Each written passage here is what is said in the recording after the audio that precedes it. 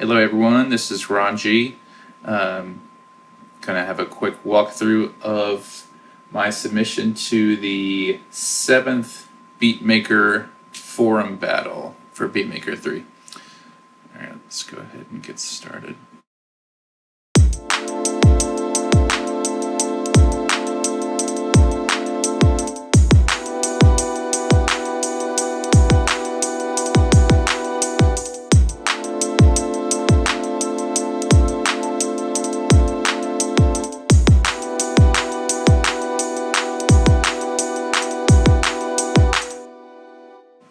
Alright, so fairly straightforward. So far we've got just a basic drum pattern there. I believe I just tapped in these notes, just drew them in, and then I went and drew in the velocities here. You know, nothing crazy. Just duplicated that pattern and added little extra bits, and then so on and so on. Then kind of stuck with this one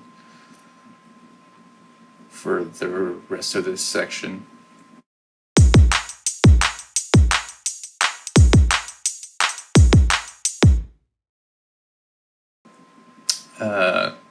The pad you're hearing is from this Tita string. I just put in 3 notes. I think I came over here and played around the pads to see what would sound cool. And this is what's crazy about some of these banks that 5-pin links submitted. They're just single cycle waveforms, single cycle. This is the same one, just repeated with slight detuning and different filtering.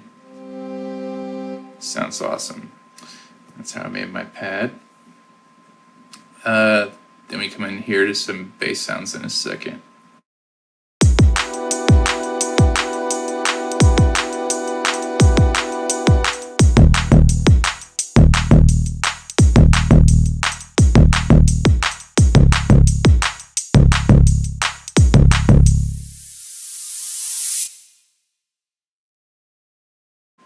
I guess I'm gonna have to stop muting myself. This takes too long. This is just which pad is this? Right up here.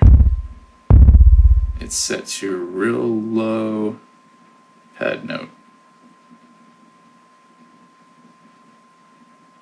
Let's get it down to C3.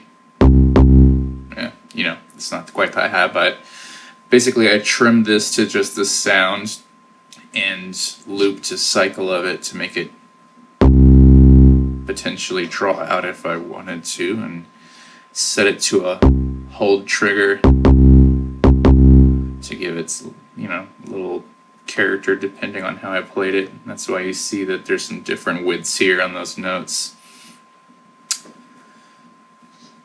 and just have 2 variations of that pattern.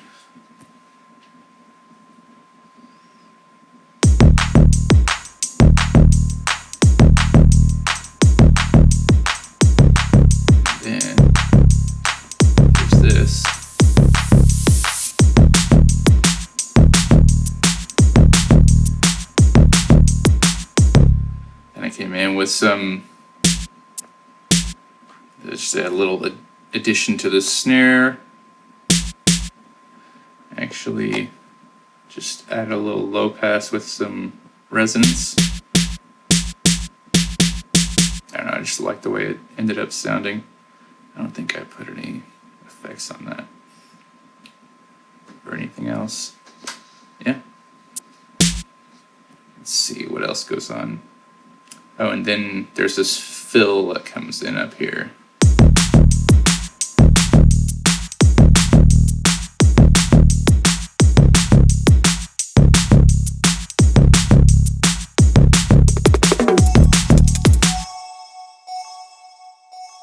I love that little snare fill. Where is it?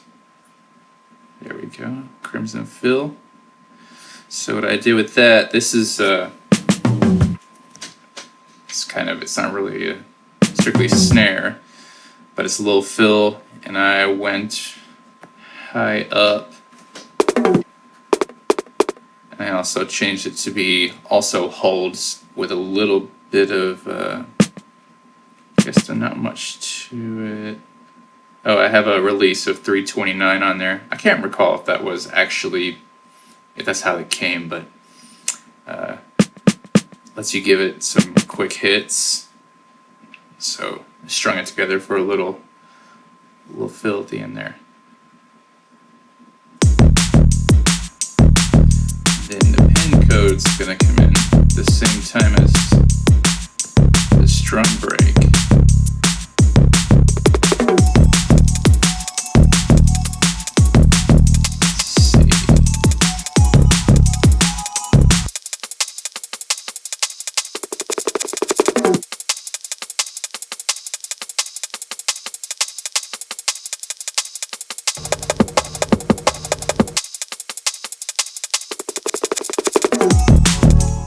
Yeah, I just high passed that just to give it some top end shuffling around here. It's important in drum and bass. And the string's gonna come back, but we also have this little ditty.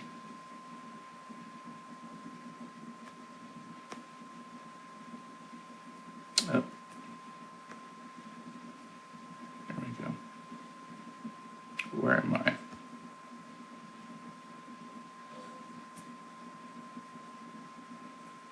Here we are.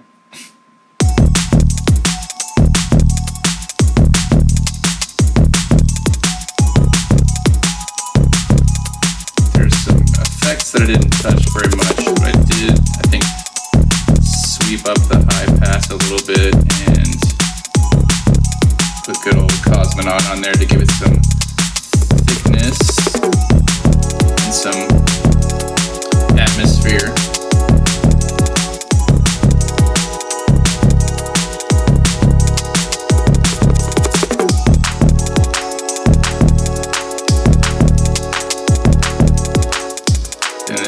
Coming in up here, some little clicks.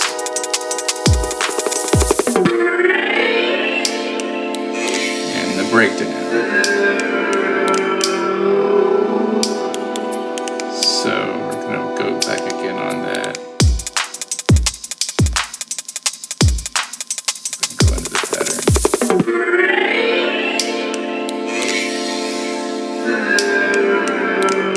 As you can see, I got the rate on a step mod automated, and what that does, let's just play that again. You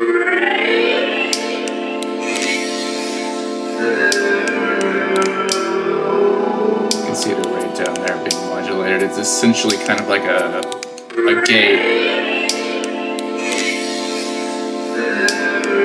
Turn that off.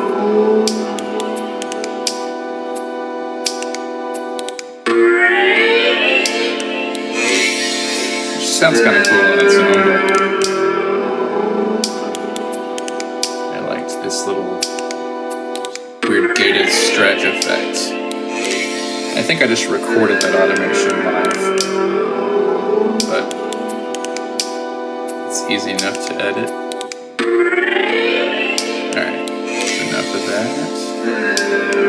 So the breakthrough leads into this little drum break, which is just one pad in this bank.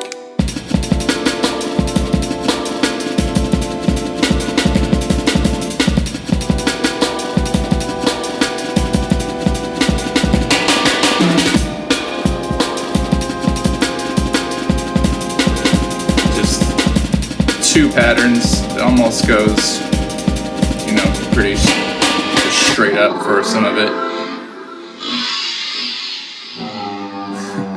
And that's pitched down an octave, that breakthrough. So what I like about this drum, I sliced it up pretty much just on 16ths, but I moved it around for the transients. But at any rate, when you also have it set to hold, So when it, and then it's also set to alternate, so it'll come back. It gives it a weird shuffly pattern. I got that from TK32 on the Intua forums. And I don't know, it's just a different way to program the drum break. I think it sounds pretty sweet.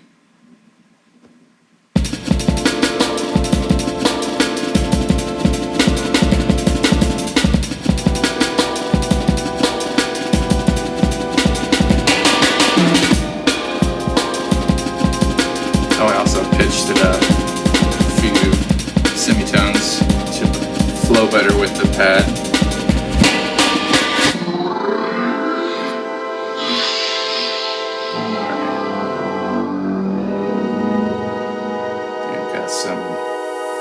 Fun sounds coming in. We got some clicks up here.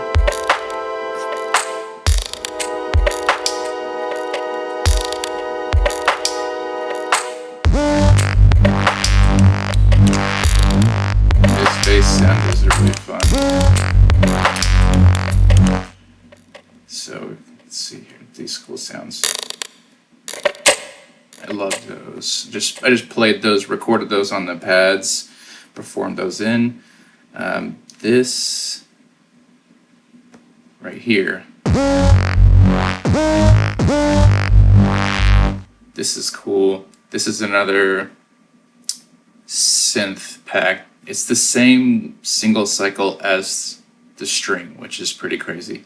It just has some different modulation on the filters there, and different layers have different attack, hold, decay settings. And the original actually sounds a little different. Let's see here. What was that called? Integer. Where am I? There it is.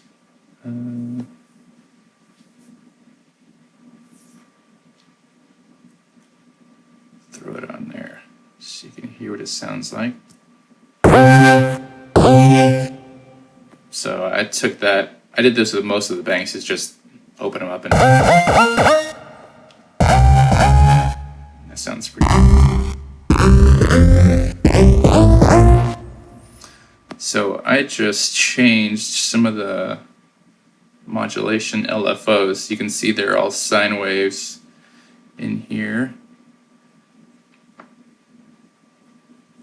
Different rates or whatever. And I also gave them some sustain in my modified version. Getting lost here. There we go.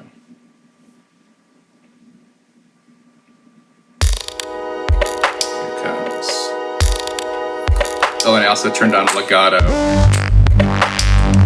which allows it to do this bend.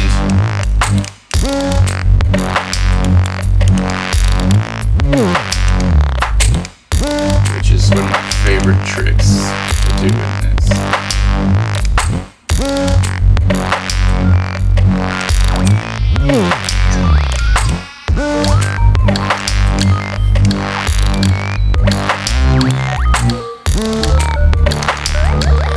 Lastly, I have this craziness, which all I did there is I set this little pad to legato. I have a little replicant going on in there. Come on. Right? Yeah, there it is.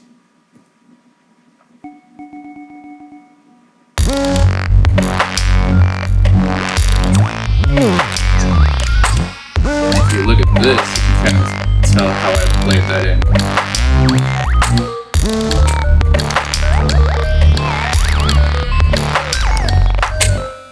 So I basically just did that and then held down a note.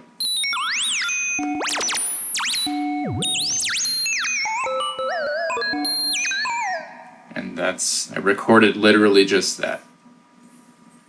And that's it.